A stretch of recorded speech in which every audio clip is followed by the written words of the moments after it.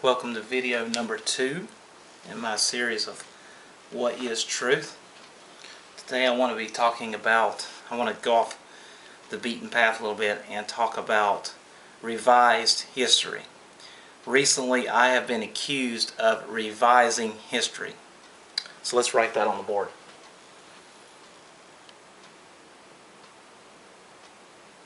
Revised history.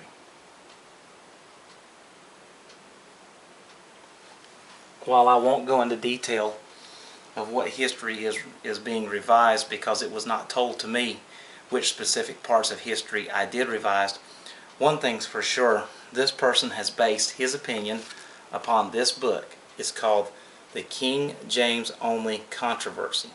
See, and it was written by James White. Now, this book goes into some history, and I've read the entire book, and I've made some notes, of course, of things that I have found, some rather dubious things, some lies, half-truths, incomplete research. For example, anytime I present history or anything like that, I'm always very thorough, and anything that I've presented has been researched thoroughly. So when Mark presents history, he researches it thoroughly.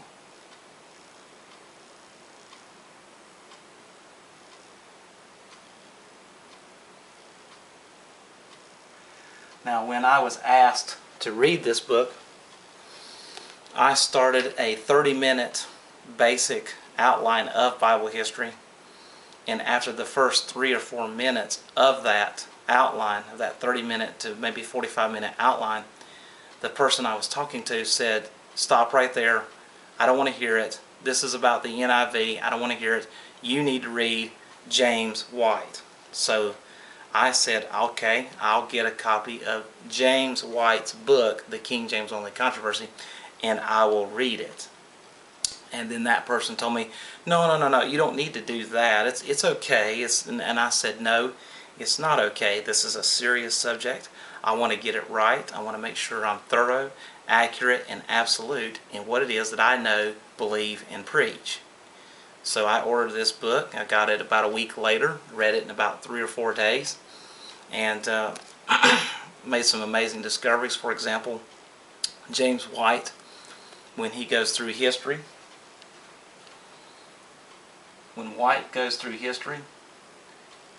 he lays out a timeline, okay? And it's an okay presentation, but there's one little teeny tiny detail that everyone needs to know about out there in internet land that James White neglected to talk about and left out of his book. He left out a whole entire avenue of history. He left out over 15 plus pertinent civilizations.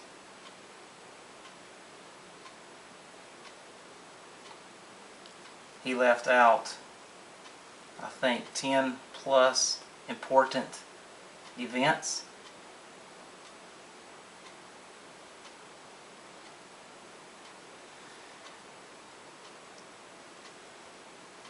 He misrepresented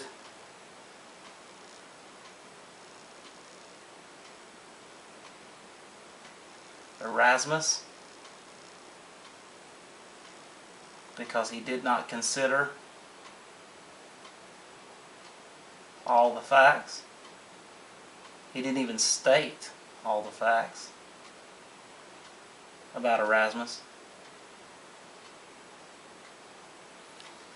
When it came to modern Bible scholarship, he told a flat-out lie.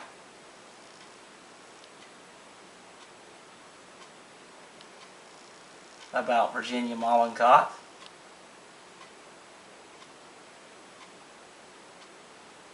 One of the translators, I think it's spelled like this, I believe. One of the NIV grammar specialists. He calls them grammar specialists. You know what we call them? People who tell the truth. We call them translators. People who tell the truth tell the truth. She was a translator. She translated the grammar.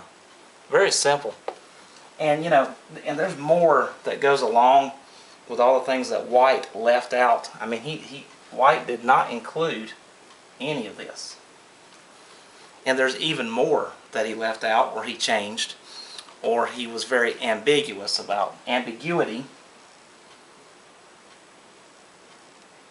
I believe that's how you spell it.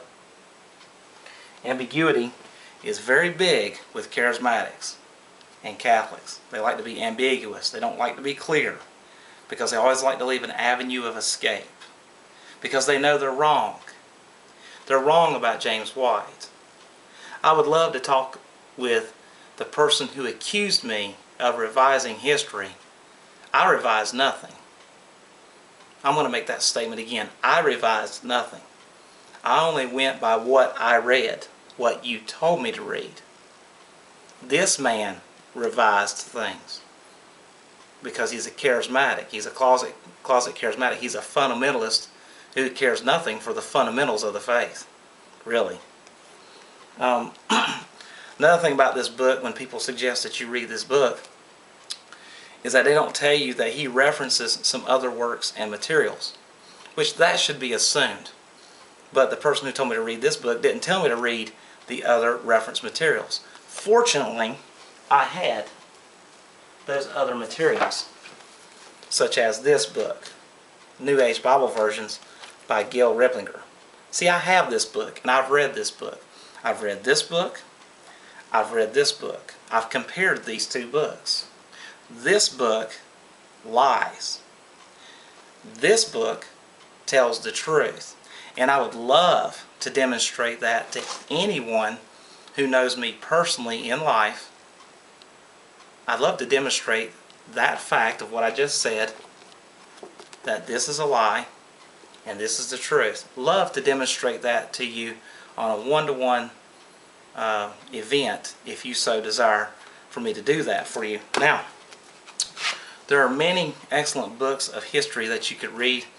A couple of them come from Jack Chick, but you could also read articles on Wikipedia, and you could go to the library and research these things in print. In other words, the information needed to refute this book is out there if you're willing to look for it. That's why I'm not going to refute this book on video. It's a waste of time. This man, James White, and his book, The King James Only Controversy, is a waste of time. Simply put, it's a waste of time. There are many other books that you could read about church history. You could read, it comes in a 2-volume set, The History of the New Testament Church. You could read those books. That was an excellent history book. Science and Philosophy. You could read this book. It's an excellent history book. There's other excellent books. Did the Catholic Church Give Us the Bible? Babylon Religion. You can find both of these books at chick.com. And on top of that, you have history books that are actually written as history. You have The Two Babylons by Alexander Hislop. Let's see, what's some other history books that you have? I mean, there's just tons of them. And on top of that, even if you don't want to read anything by Jack Chick or by any Bible believer, you want to read secular sources, that's fine. You know, look up Wikipedia. Look up articles on the Waldens and the Albigenes and the Vaudois, and look up Martin Luther and see what he called the Pope. You know, he called the Pope his hellishness. See, Martin Luther, you know, was a brilliant man, and we owe a debt of gratitude to Martin Luther. And bottom line is that James White changed history. James White is the one that revises history. These are your history revisers. I'm not a history reviser. These are your history revisers. These are the ones who are trying to revise history. Okay? Charismatics, Catholics, Well, obviously this one. And basically people who are dishonest. Basically that. How do I know this? How can I make this blanket statement that these people revise history and I don't? It's simple, and I'll tell you why. Because all these people have one thing in common. They're ignorant of the fact. They're ignorant of the fact that God has recorded all of history within the pages of the King James Bible. Okay? In the Old Testament, you have the past. And in the New Testament, you have the past. But in the New Testament, you also have the present. And in the New Testament, you also have the future. Okay? And all these collected together are the history of mankind. So in essence, when these people say that Bible readers are revising history, they're basically calling God a liar, because God has already written all of history within the pages of the Bible.